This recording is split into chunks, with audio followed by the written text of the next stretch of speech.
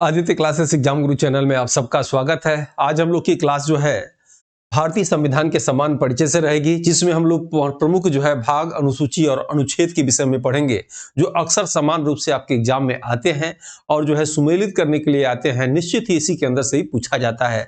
तो सालवट को देखते हुए इस क्लास का संग्रह किया गया है। आइए हम लोग इस क्लास को देखते हैं। यहाँ हम लोग देखेंगे दो बातें देखेंगे।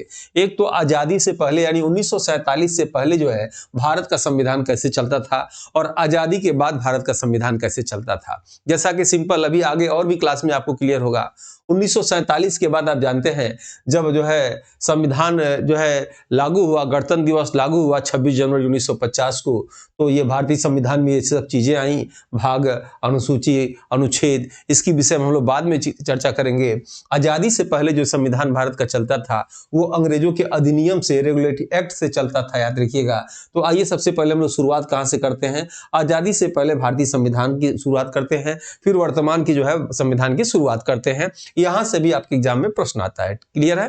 तो आइए शुरू करते हैं। आजादी से पहले जो है भारतीय संविधान, ठीक है। सबसे पहले 1773 का रेगुलेटिंग एक्ट आया।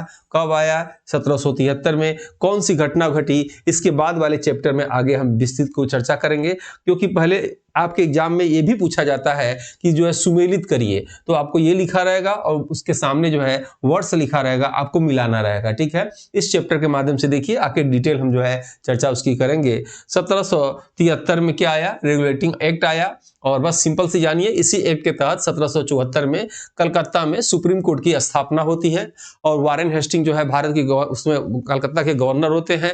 और प्रथम जो है सुप्रीम कोर्ट की जो स्थापना 1774 में होती है, उस समय एलिजा इम्पे जो है उसके प्रथम जो है मुख्य न्यायाधीश होते हैं, ठीक है। 1784 में पिट्स इंडिया एक्ट आता है। उसके बाद 1793 में बोर्ड ऑफ कंट्रोल का गठन होता है। 1813 में चार्टर्ड एक्ट आता है। ये इंपॉर्टेंट है, पूछा जाता है। प्रथम चार्टर्ड एक्ट आता है, याद रखिएगा। 1833 में जो है चार्टर्ड एक्ट आता है। 1853 में आता है। 1858 में आता है रानी का एक्ट। 1861 में आता है भारत परिषद अधिनियम। 1909 में आता है मार्ले मिंटो सुधार। 1919 में आता है मॉन्टेग्यू चेमस्फोर्ड सुधार। 1935 में आता है भारत सरकार अधिनियम और 1946 में आता है कैबिनेट मिशन की स्थापना। इसके बारे में डिटेल दो 4 लाइन जो है आपके एग्जाम में पूछे जाते हैं, आगे के पेज में मैं आपको समझाने जा रहा हूं। अब जो है आजादी के बाद होता क्या है कि भारतीय संविधान जब लागू हो जाता है, कब लागू होता है? आखिरी बार सिग्नेचर तो आप जानते ही होंगे, जो है 24 जनवरी 1950 को होता है। जब ये लागू होता है 26 जनवरी 1950 को, तो जो है 1950 को लागू होता है, तो भाग 1 से 20 तक होता है उस समय। अनुसूची जो है और अनुच्छेद, तो इसको अगले पेज में हम लोग पढ़ेंगे। आइए पहले इसको हम लोग क्लियर कर लेते हैं, ठीक है। सबसे पहले हम लोग पढ़े थे 1773 का रेगुलेटिंग एक्ट। क्या क्या हुआ था इसमें? बंगाल के गवर्नर को बंगाल का गवर्नर जनरल पदनाम दिया गया। प्रथम वारेन हेस्टिंग थे। यहाँ थोड़ा बात को समझिएगा। इसके पहले क्लाइव थे। क्लाइव को जो है बंगाल का गवर्नर कहा जाता है। क्लाइव को बंगाल का गवर्नर कहा जाता है क्योंकि उनका एरिया कुछ सीमित था। वारेन हेस्टिंग के समय जो है अंग्रेजों के एरिया थोड़ा बढ़ गया, उड़ीसा तक आ गया या कह सकते बिहार तक आ गया। तो पहले खैर दोनों एक ही में था। तो जब उनका क्षेत्र बढ़ा तो वो गवर्नर जनरल की जगह पे एक शब्द लगा लिए उन्होंने, गवर्नर जनरल, ठीक है। तो प्रश्न ये आता है कि क्लाइव क्या थे? तो भारत के गवर्नर थे। वारेन हेस्टिंग क्या थे? क्लाइव क्या थे? तो बंगाल के गवर्नर थे।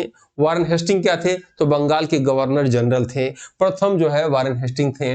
उसके बाद 1774 में इसी रेगुलेटिंग एक्ट के तहत जो है उच्चतम न्यायालय सुप्रीम कोर्ट की स्थापना कलकत्ता में होती है और प्रथम जज कौन बनते हैं? एलिजा इम्पे बनते हैं। एलिजा इम्पे बनते हैं। आपके एग्जाम में पूछा जा सकता है कि जब 1774 में सुप्रीम कोर्ट की स्थापना हुआ और जो है उसके बाद जब तक आजाद न हुआ देश, तो क्या उस बीच कोई भारतीय जज बना था? तो हाँ, बने थे। राम प्रसाद राम बने थे। ये एग्जाम में शायद पूछ सके कभी।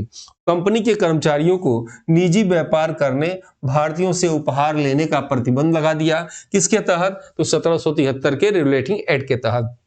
फिर से मैं रिपीट कर दे रहा हूं, 1773 के रेगुलेटिंग एक्ट के तहत 1774 में सुप्रीम कोर्ट की स्थापना हुआ। ठीक वैसे ही जैसे भारत जो है कि राजधानी कलकत्ता से दिल्ली की घोषणा 1911 में होता है, लेकिन पूर्ण रूप से 1912 में बनता है। याद रखिएगा, इस सब चीजों को एक एक वर्ष के लिए जो है आप समझ लीजिएगा। आगे आइए देखते हैं दूसरा 1784 का पिट्स इंडिया एक्ट। इसमें क्या होता है, कंपनी के राजनीतिक और वाणिज्यिक कार्यों को अलग कर दिया गया।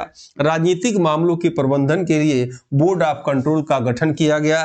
पहली बार कंपनी के अधीन क्षेत्रों को भारत के ब्रिटिश संपत्ति के क्षेत्र जो है कहा गया। किसमें कहा गया, पिट्स इंडिया एक्ट में कहा गया। पीएम के पद, वहां ब्रिटेन के पीएम भी थे, पिट्स थे। ठीक है, 1793 का चार्टर्ड एक्ट। इसमें क्या होता है, बोर्ड ऑफ कंट्रोल के सदस्यों का वेतन अब भारतीय राजस्व से देना जो है तय किया गया।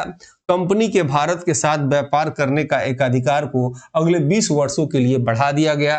नेक्स्ट क्या है, 1813 का चार्टर्ड एक्ट जो है इंपॉर्टेंट है और आपके एग्जाम में इससे प्रश्न आता है। क्या हुआ इसमें देखा जाए, कंपनी का भारतीय व्यापार पर एकाधिकार समाप्त कर दिया गया। केवल चाय और चीन के साथ जो है व्यापार को है छोड़कर। यहाँ दो प्रश्न ही हिडन प्रश्न है, नागिन प्रश्न है। यहाँ पे पूछता है अगर पूर्ण रूप से जो है कंपनी ने व्यापार कब बंद किया, तो 1813 नहीं, याद रखिएगा, क्योंकि अभी यहाँ व्यापार चल रहा है चाय चीन वाला। 1833 के एक्ट के तहत पूर्ण रूप से जो है वहां जो है उन्होंने अपना व्यापार बंद कर दिया। ठीक है, यहां भी बंद किया, लेकिन चाय और चीन के साथ व्यापार को छोड़कर। ठीक है, इस चीज को याद रखिएगा। भारत में ईसाई मिशनरियों को धर्म प्रचार की अनुमति मिली। यहीं पे अंग्रेज क्या कहते हैं कि दैवी संयोग से जो है भारत राज्य जो है, भारत देश जो है ईसाइयों को मिला है और इसका प्रचार करो, उत्तर से दक्षिण तक जो है इसका प्रचार करो, क्योंकि दैवी संयोग से मिला हुआ है। भारतीय शिक्षा पर प्रतिवर्ष 1 लाख रुपए खर्च करने का प्रावधान इसी 1813 के चार्टर्ड एक्ट पर आया। लेकिन यह जब पैसा आया तो इंडिया में पैसा फंस गया। फंस कैसे गया, यहाँ दो गुट बन गया। एक गुट कहा कि यह 1 लाख रुपया प्रतिवर्ष अंग्रेजी शिक्षा पे खर्च किया जाए।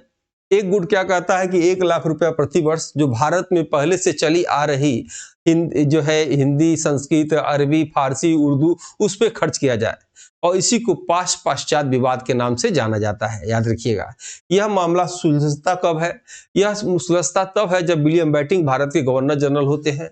वो एक विधिवेत्ता, एक वकील, एक कानूनी सलाहकार मैकाले को बुलाते हैं इस काम के लिए, और मैकाले इसको सुलझाते हैं फिल्ट्रेशन थियरी या निस्यंदन सिद्धांत के माध्यम से सुलझाते हैं।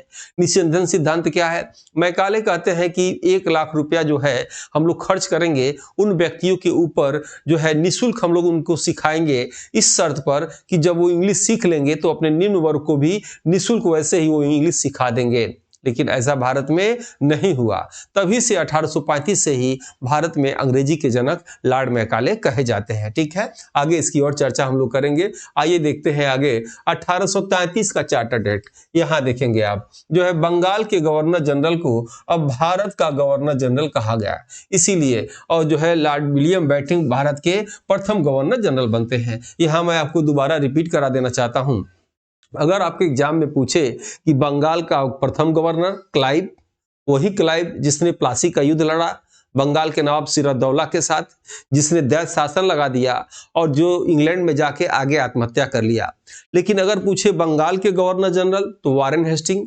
कौन वारेन हेस्टिंग, वही वारेन हेस्टिंग जो अरबी फारसी का विद्वान था, जिसे न्यायिक सेवा का जनक कहा जाता है, जिसने दैत्य शासन को हटा दिया, जिसने नंद कुमार, एक राजा नंद कुमार थे तो नंद कुमार उसका विरोध किए थे तो उनको अपने मित्र एलिया इम्पे से मिलकर गलत फांसी दिलवा दिया।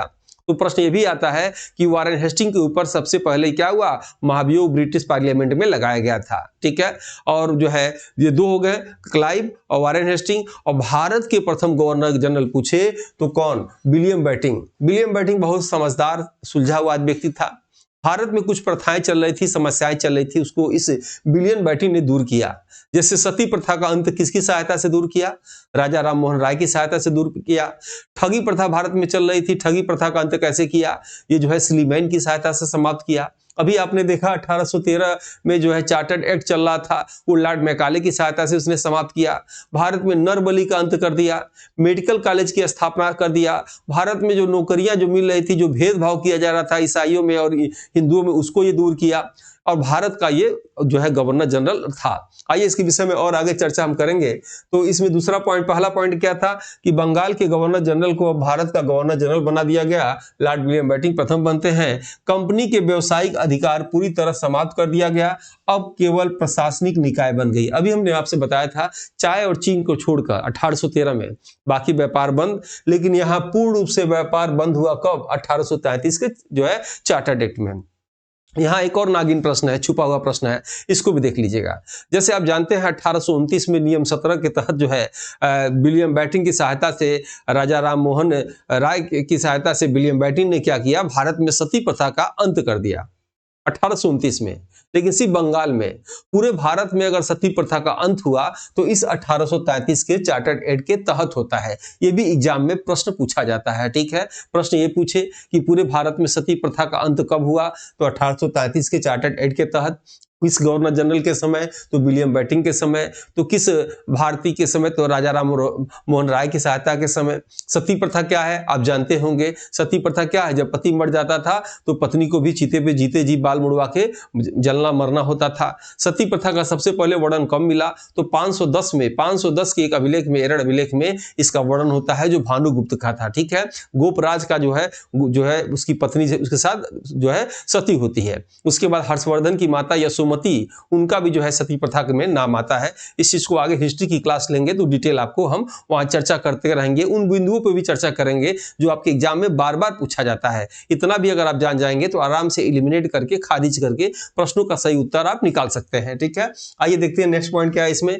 मैकाले की अध्यक्षता में प्रथम विधि आयोग का जो है गठन हुआ था। एक बार जो है एग्जाम में पूछा हुआ था कि मैकाले थे कानूनी सलाहकार, सामाजिक कार्यकर्ता, व्यवसायिक कार्यकर्ता, टकसाल के अधिकारी। तो ये विधिवेत्ता थे, याद रखिएगा, ये प्रश्न पूछा हुआ है। मैकाले कौन थे? विधिवेत्ता थे। 1835 में इन्होंने अपना जो है दिया था, कौन सा सिद्धांत दिया था? इन्होंने फिल्ट्रेशन थियरी या निस्यंदन सिद्धांत दिया था। क्या दिया था? फिल्ट्रेशन थियरी या निस्यंदन सिद्धांत दिया था। आइए नेक्स्ट देखते हैं। अच्छा, ये बैच हम लोग का चल रहा है assistant professor GS paper, GDC GIC के जिनको लेना है ले सकते हैं। पूरी ताकत इसमें मैंने झोंक दिया है और पूरा टारगेट दे दे के आपको याद कराऊंगा। इस टेस्ट में आपको क्या मिलेगा? इस टेस्ट में आपको जो है कंप्लीट जो है आपको पैकेज इसमें मिलेगा, और ये बुक आपको लेना चाहे तो ले सकते हैं। ये बुक रामबाण की तरह समझ लीजिए काम करेगा, क्योंकि इस बुक में जो है सब कुछ मैंने जितना भी हो सके मैक्सिमम चीजें जो है हमने इसमें नोट कर लिया है। और ये बुक आप देख रहे हैं, इसमें जितनी सुंदर ये बुक है, ये 3rd एडिशन है, गलतियों के चांस नहीं है, और मैक्सिमम चीजें गागर में सागर की तरह आपको मिल जाएगी।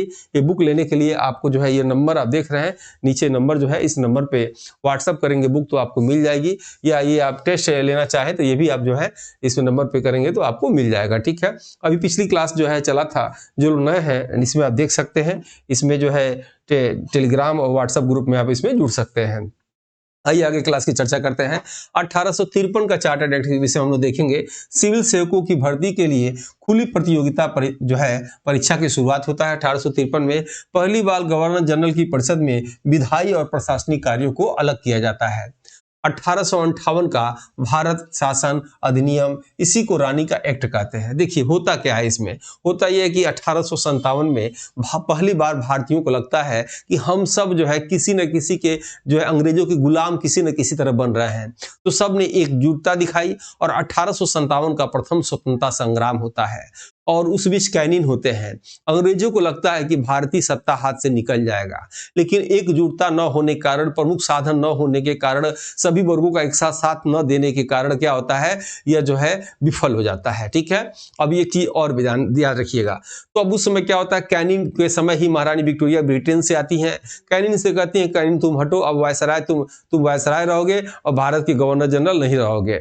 अब क्या जो घटनाएं घटती हैं, जो कुछ भी होता है, उसकी जानकारी लड़ाई के लिए उसके क्या उपाय है, उसके लिए रानी क्या करती हैं, पील आयोग का गठन करती है 1858 में। पील आयोग अपनी सिफारिश देता है और जो है जो सिफारिश देता है उसी को 1 नवंबर 1858 को मिंटो पार्क में जो है कैनिंग जो है पढ़ के उसको सुनाते हैं। ठीक है, उसी को कहा जाता है रानी का एक्ट के नाम से जाना जाता है। इसकी डिटेल क्लास में दे चुका हूं गवर्नर जनरल वाले चैप्टर में, उसमें आप देखिएगा और आपको बेहतरीन तरीके से समझ में आ जाएगा।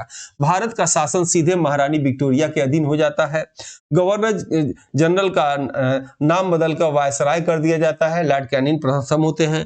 बोर्ड ऑफ कंट्रोल को समाप्त कर दिया जाता है और भारतीय सचिव का नया पद दिया जाता है। और इस रानी के एक्ट के विषय में मैं बता दूं, जितनी भी बातें दी जाती हैं, मिंटो पढ़ के सुनाते हैं, मिंटो पार्क में पढ़ के कैनिंग सुनाते हैं कि भारतीयों के धर्म में हस्तक्षेप नहीं किया जाएगा या किसी तरह के भेदभाव नहीं किया जाएगा, अब जो है ईसाई और जो है हिंदुओं के बीच में समान अधिकार रखा जाएगा, ये सभी पॉइंट टू पॉइंट बात करते हैं। लेकिन कब किया जाएगा इसकी चर्चा नहीं करते हैं। ये अंग्रेजों की दृष्टि सबसे बड़ी जो है चालाकी होती है, और जो आप इतिहास पढ़ेंगे तो इस चीज को उसमें आपको आगे मिलेगा। आगे देखते हैं 1861 का भारत परिषद अधिनियम। कानून बनाने की प्रक्रिया को भारतीयों को शामिल करने की शुरुआत हुई। लॉर्ड कैनिंग द्वारा शुरू की गई विभागीय प्रणाली को मान्यता मिली। वायसराय को आपातकाल में अध्यादेश जारी करने की शक्ति मिली और इसी 1861 के भारत परिषद अधिनियम के तहत 1862 से जो है हाईकोर्ट की स्थापना होना शुरू हो जाता है। ठीक है, आइए नेक्स्ट इसमें देखते हैं 1909 का मार्ले मिंटो सुधार। आपके एग्जाम में पूछा जाता है, ये एग्जाम में पूछा जाता है। मुस्लिमों के लिए अलग निर्वाचन क्षेत्र की व्यवस्था की गई। मार्ले मिंटो सुधार में 1909 में कई बार एग्जाम में पूछा हुआ है। सत्येंद्र प्रसाद सिन्हा वायसराय की कार्यकारिणी परिषद में शामिल होने वाले प्रथम भारतीय बनते हैं। ये भी आपके एग्जाम में कई बार पूछा हुआ है। 1919 का मॉन्टेग्यू चेम्सफोर्ड सुधार, ये भी आपके एग्जाम में कई बार पूछा हुआ है। कई एग्जाम में मैंने देखा सीधे मॉन्टेग्यू चेम्सफोर्ड सुधार और वर्ष पूछा हुआ है, जैसे मार्ले मिंटो सुधार वर्ष पूछा हुआ है, इसलिए वर्ष भी याद जानिएगा और इसके विषय में जो 3 महत्वपूर्ण बातें जो पूछी जाती हैं मैं लिख दे रहा हूं। ठीक है, प्रांतों में दैत्य शासन प्रणाली लागू किया गया। दैत्य शासन क्या, एक जो है जैसे दैत्य शासन राज्य में भी रहेगा और जो है केंद्र में भी रहेगा। ठीक है, जैसे वर्तमान में भी है कि राज्यों का भी एक शासन है और केंद्र सरकार का भी एक शासन है। किसी एक मुद्दे पर अगर केंद्र भी कहता है राज्य भी कहता है तो जो है केंद्र का प्रभावी वो बात हो जाती है। ठीक है, तो दैत्य शासन की शुरुआत प्रणाली कौन करता है, जो है इस मॉन्टेग्यू चेम्सफोर्ड सुधार में भी होता है। और पहली बार याद रखिएगा द्विसदनात्मक विधायिका राज्य परिषद और विधानसभा स्थापना की जाती है, स्थापित होती है। भारत में लोक सेवा आयोग के गठन का प्रावधान भी इसी के समय आता है। 1935 का भारत सरकार अधिनियम, वेरी वेरी इंपॉर्टेंट, बहुत ही इंपॉर्टेंट है। एक संघ की स्थापना का प्रस्ताव जो कभी अस्तित्व में नहीं आया। ठीक है, प्रांतों में दैत्य शासन समाप्त कर उन्हें स्वायत्त दी गई, जबकि केंद्रों में दैत्य शासन लागू कर दिया गया। इसके तहत भारतीय रिजर्व बैंक का और एक संघीय न्यायालय की स्थापना हुआ। 1935 का भारत सरकार अधिनियम के विषय में एक प्रश्न बता दूं जो बार बार एग्जाम में पूछा जाता है। देखिए, 15 अगस्त 1947 को भारत आजाद हुआ और भारत का कानून या भारत का गणतंत्र 26 जनवरी 1950 को लागू हुआ। तो बाकी 3 वर्ष में ये देश कैसे चला? एक दिन अगर कह दिया जाए कि भारत से देश से कानून हटा दिया जाए, जिसको जो मन करे वो करे, कोई सजा नहीं मिलेगी, क्या आपको मालूम है कितना डकैती, कितना खून खराबा हो जाएगा? आखिर 15 अगस्त 1947 से 26 जनवरी 1950 तक देश कैसे चला? इसी एक्ट के तहत चला। यानी इसी एक्ट के तहत डॉक्टर भीमराव अंबेडकर ने जब भारतीय संविधान को बनाया तो इसी एक्ट को जस के तस रख दिया। और एक स्टेटमेंट उनका आता है कि भारतीय संविधान ऋणी है। किसका ऋणी है? 1935 का जो है भारत सरकार अधिनियम का ऋणी है। और पंडित नेहरू क्या कहते हैं? 1935 भारत सरकार का अधिनियम ठीक वैसे ही है जो एक कार फिट है, सब कुछ सही है, लेकिन उसमें इंजन ही नहीं है। इस तरह के स्टेटमेंट आते हैं। आइए आगे इसको देखा जाए। 1946 का कैबिनेट मिशन की बात करते हैं हम लोग। भारत के लिए एक संविधान सभा के गठन का प्रस्ताव दिया गया। किसमें? 1946 में जवाहरलाल नेहरू के नेतृत्व में एक अंतरिम सरकार के गठन की योजना बनाई गई और इसके 3 मुख्य सदस्य थे, पैंथिक लॉरेंस, स्टेफोर्ड क्रिप्स और एवी अलेक्जेंडर जो है इसके 3 सदस्य थे। ठीक है, अब हम लोग आते हैं यहाँ से, जो इससे ज्यादा प्रश्न यहाँ से आते हैं। हम लोग संभाग पढ़ेंगे, अनुसूची पढ़ेंगे, अनुच्छेद पढ़ेंगे और जो है कंप्लीट मैं कोशिश करूंगा आपको याद कराने की। मेरे साथ आप बोलिएगा, आपको याद हो जाएगा। अब देखिए भारतीय संविधान, भारतीय संविधान को समझने के लिए जो है भाग बांटा गया है, 1 से 20 भाग बांटा गया है। अब तो 24 भाग हो गया है, वैसे पूछा नहीं जाता है, 20 ही भाग पूछा जाता है, इसलिए 20 भाग के विषय में आप जानिएगा। अनुसूची 1 से लेकर 12 तक, और इसमें से कुछ खास अनुसूची पूछा जाता है जिसके विषय में आगे हम चर्चा करेंगे। ठीक है, और प्रमुख अनुच्छेद ये भी अगले पेज में आपको बताएंगे। क्लियर है? हम लोग क्या पढ़ने जा रहे हैं कि भाग, अनुसूची और अनुच्छेद। ठीक है, तो सबसे पहले हम लोग क्या करेंगे, भाग के विषय में पढ़ेंगे। ठीक है, भाग 1 से लेकर 20 तक। 1 में यहाँ देख भी रहे हैं, लिखा भी हुआ है संघ व उसका राज्य क्षेत्र, 20 में संविधान संशोधन। फिर भी डिटेल हम लोग पहले इसको पढ़ ले, 1 नंबर को, फिर 2 नंबर को पढ़ेंगे। अब मेरे साथ आप ध्यान से देखेंगे, भाग 1 में क्या है, तो भाग 1 में संघ व उसका क्षेत्र का, राज्य क्षेत्र का वर्णन है। भाग 2 में क्या है, नागरिकता का वर्णन है। भाग 3 में क्या है, मूल अधिकार का वर्णन है। भाग 4 में क्या है, नीति निर्देशक तत्व का वर्णन है। भाग 4 क में क्या है, तो मौलिक कर्तव्य का वर्णन है। भाग 5 में क्या है, संघ का वर्णन है, और सबसे बड़ा भाग है, याद रखिएगा। भाग 9 में क्या है, पंचायत का वर्णन है। भाग 9 क में क्या है, नगर पालिका का वर्णन है, बार बार पूछा जाता है। भाग 11 में क्या है, केंद्र राज्य के संबंध का वर्णन है। भाग 14 में क्या है, संघ और राज्यों के अधीन सेवाओं का वर्णन है। भाग 15 में क्या है, निर्वाचन का वर्णन है। भाग 17 में क्या है, भाषा का वर्णन है। भाग 18 में क्या है, आपात का वर्णन है। भाग 20 में क्या है, संविधान संशोधन का वर्णन है। पूछता क्या है सबसे अधिक, भाग 2, भाग 3, भाग 4, भाग 4 क 5 पूछता है, ये ज्यादा आपको पूछता है। फिर उसके बाद निर्वाचन, भाषा, ये 18, ये ज्यादा पूछा जाता है। मेरे हिसाब से 1-2 दिन बाद इसको देखिएगा तो आपको याद हो जाएगा। ठीक है, क्लियर है? हम लोग इसको अब क्या किए, हम लोग ये भाग वाला सेक्शन देख लिए। अब हम लोग अनुसूची वाला सेक्शन देखते हैं जो 1 से 12 है। ठीक है, पूछता है कभी कभी अनुसूची की संख्या कितना है, 12। ये नहीं पूछा हुआ है कभी, ये नहीं पूछेगा। ठीक है, और अनुच्छेद पूछेगा तो 395 ही लगाइएगा। ठीक है, अनुसूची 1 में क्या है, राज्य व केंद्र शासित प्रदेश का वर्णन है। अनुसूची 12 में क्या है, नगर पालिका का वर्णन है। आइए इसको डिटेल देखा जाए। ठीक है, अनुसूची 1 में क्या है, राज्य व केंद्र शासित प्रदेश का वर्णन है। अनुसूची 2 में क्या है, वेतन भत्ता पेंशन का वर्णन है। अनुसूची 3 में क्या है, शपथ का वर्णन है। अनुसूची 4 में क्या है, राज्यसभा के सीटों के आवंटन का वर्णन है। अनुसूची 6 में क्या है, असम, मेघालय, त्रिपुरा, मिजोरम जनजाति क्षेत्रों का प्रशासन का वर्णन है। अनुसूची 7 में क्या है, सूचियों का वर्णन है। संघ सूची में 100 विषय, राज्य सूची में 61 विषय और समवर्ती सूची में 52 विषय है। अनुसूची 8 में क्या है, भाषा का वर्णन है।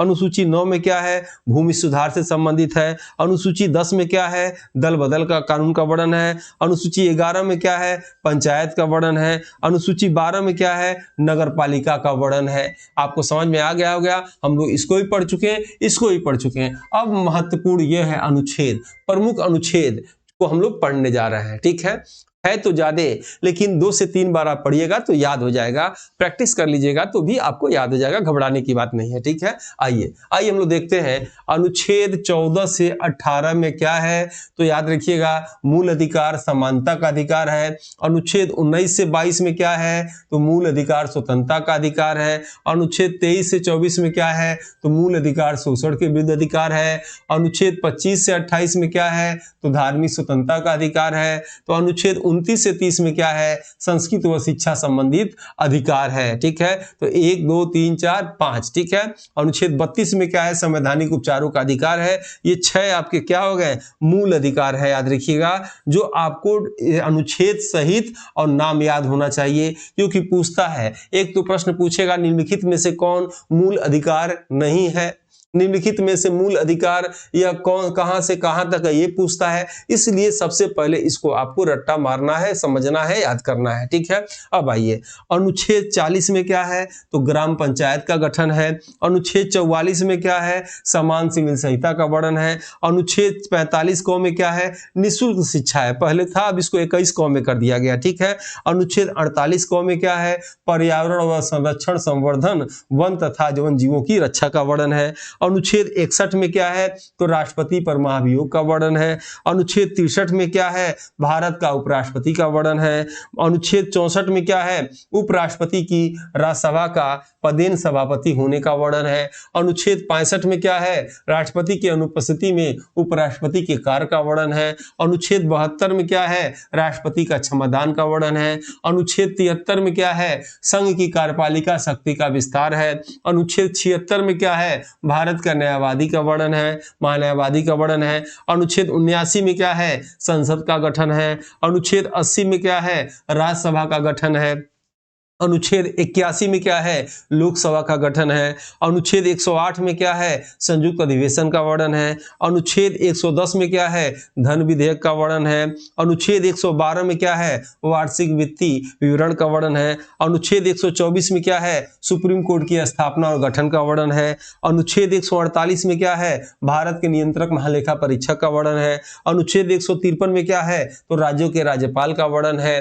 अनुच्छेद 165 में क्या है, तो राज्यों के महाधिवक्ता का वर्णन है। अनुच्छेद 170 में क्या है, तो विधानसभाओं की संरचना का वर्णन है। अनुच्छेद 171 में क्या है, विधान परिषदों की संरचना का वर्णन है। अनुच्छेद 214 में क्या है, तो राज्य के लिए हाईकोर्ट का वर्णन है। अनुच्छेद 280 में क्या है, तो वित्त आयोग का वर्णन है। अनुच्छेद 300 में क्या है, संपत्ति के अधिकार का वर्णन है। अनुच्छेद 312 में क्या है, अखिल भारतीय सेवाएं का वर्णन है। अनुच्छेद 315 में क्या है, संघ और राज्यों के लिए सेवा आयोग का वर्णन है। अनुच्छेद 324 में क्या है, चुनाव आयुक्त का वर्णन है। अनुच्छेद 326 में क्या है, वयस्क मताधिकार का वर्णन है। अनुच्छेद 333 में क्या है, विधानसभा और अधिकतम 500 सीटों का वर्णन है। ठीक है, आगे भी हम इसको बता रहे हैं और आगे बताने से पहले मैं ये बताना चाहूंगा कि एक विश्वास के साथ आप सबको मेरे क्लास को करना चाहिए। अभी ये जिन बच्चों ने पिछली बार सिलेक्शन लिया था, इंटरव्यू कॉलिंग हुआ था, उनका ये मैसेज था, ये हमने स्क्रीनशॉट ले लिया और बहुतों लोग का मैंने लिया ही नहीं। और जो है उसके बाद ये सीधे प्रमाण के साथ देख सकते हैं कि हमारे क्लास से ये पेज नंबर 1 ऐसे लिखा हुआ है। और जो जो क्वेश्चन अभी पिछली 2025 में आया था अप्रैल के महीने में, 16 अप्रैल 2025 शिफ्ट 1 क्वेश्चन नंबर 9, ये सब मैंने रेड कलर से कर दिया। ये प्रमाण के साथ पेज नंबर भी देख सकते हैं। हमारे बुक नोट्स में एक मैक्सिमम क्वेश्चन आए थे, अभी मैंने इसमें कम से कम 10 क्वेश्चन तो करंट अफेयर के नहीं जोड़ा और डेली जो प्रैक्टिस कराता हूँ उसके क्वेश्चन में नहीं जोड़ा था। इसलिए आपको विश्वास से आदित्य क्लासेस एग्जाम गुरु क्लास को करना चाहिए, समझना चाहिए और बार बार देखना चाहिए। बिल्कुल इंपॉर्टेंट महत्वपूर्ण फैक्ट को ही बताया जाता है ताकि आपके लिए महत्वपूर्ण है। ये सब कुछ आप देख रहे होंगे, समय नहीं है तो आपको दिखाते हैं। ये जितना कुछ आप देख रहे हैं सारे क्वेश्चन में आए थे, डिटेल लिखा है 16 अप्रैल शिफ्ट 2। तो इसको देखिए और बुक को मंगा लीजिएगा, कम से कम बुक को 2 से 3 बार कम से कम पढ़ ही लीजिएगा उसको। और साथ में जो है अगर आप अभी तक कोर्स नहीं लिए हैं तो कोर्स भी हमारा ले लीजिए। अब उसमें थियरी की क्लासेस चलनी शुरू हो जा रही है, टारगेट दे दे के टेस्ट देना हम लोग उसमें अब शुरू कर रहे हैं। इसको आप देख लीजिएगा, बहुत ज्यादा इसमें है, सारे क्वेश्चन इसमें जितने आए थे सब निशान लगा दिए थे, इसलिए कह रहे हैं कम से कम 3 बार उसको आप पढ़ लीजिएगा। आपका जो है नंबर निश्चित ही बढ़ेगा, उसमें कोई संदेह इसमें नहीं है। ठीक है, आपको फुर्सत मिलेगा, देख लीजिएगा। ये कहां से आया था, तो ये टक्कर बैच से आया था, असिस्टेंट प्रोफेसर के टक्कर बैच से। आइए मुद्दे पे आते हैं हम लोग। मुद्दे पे जो है इसके बाद हम लोग देखा जाए 340 में, अनुच्छेद 340 में क्या है, पिछड़े जाति का वर्णन है। अनुच्छेद 341 में क्या है, अनुसूचित जाति का वर्णन है। अनुच्छेद 342 में क्या है, अनुसूचित जनजाति का वर्णन है। अनुच्छेद 343 में क्या है, संघ की राज्यसभा हिंदी और देवनागरी लिपि का वर्णन है। अनुच्छेद 350 में क्या है, प्राथमिक स्तर पर मातृभाषा में शिक्षा की सुविधाओं का वर्णन है। अनुच्छेद 351 में क्या है, हिंदी भाषा के विकास के निर्देश है। अनुच्छेद 352 में क्या है, राष्ट्रीय आपात है। अनुच्छेद 356 में क्या है, राष्ट्रपति शासन है। अनुच्छेद 360 में क्या है, वित्तीय आपात है। अनुच्छेद 368 में क्या है, संविधान संशोधन है। अनुच्छेद 370 में क्या है, जम्मू कश्मीर के संबंध में अस्थायी उपबंध का वर्णन है। और टेस्ट लेना है ले सकते हैं, ये बुक तो जरूर मंगा लीजिए। इसमें जो है बिखरे हुए चुनिंदा महत्वपूर्ण तथ्यों का संगठन है। और जो है इसमें ये नहीं जुड़े हैं टेलीग्राम में जुड़ जाइए, व्हाट्सएप ग्रुप में जुड़ जाइए। इसी के साथ ही आज की इस क्लास को हम समाप्त करते हैं और नेक्स्ट बैच में, नेक्स्ट क्लास में आगे की रणनीति हम लोग शुरू करेंगे, प्रस्तावना से शुरू करेंगे और कंप्लीट थियरी क्लास को खत्म करने जा रहे हैं। ठीक है, वीडियो कैसा लगा फीडबैक में जरूर दीजिएगा। मिलते हैं हम लोग नेक्स्ट वीडियो में, तब तक के लिए जय हिंद, जय भारत।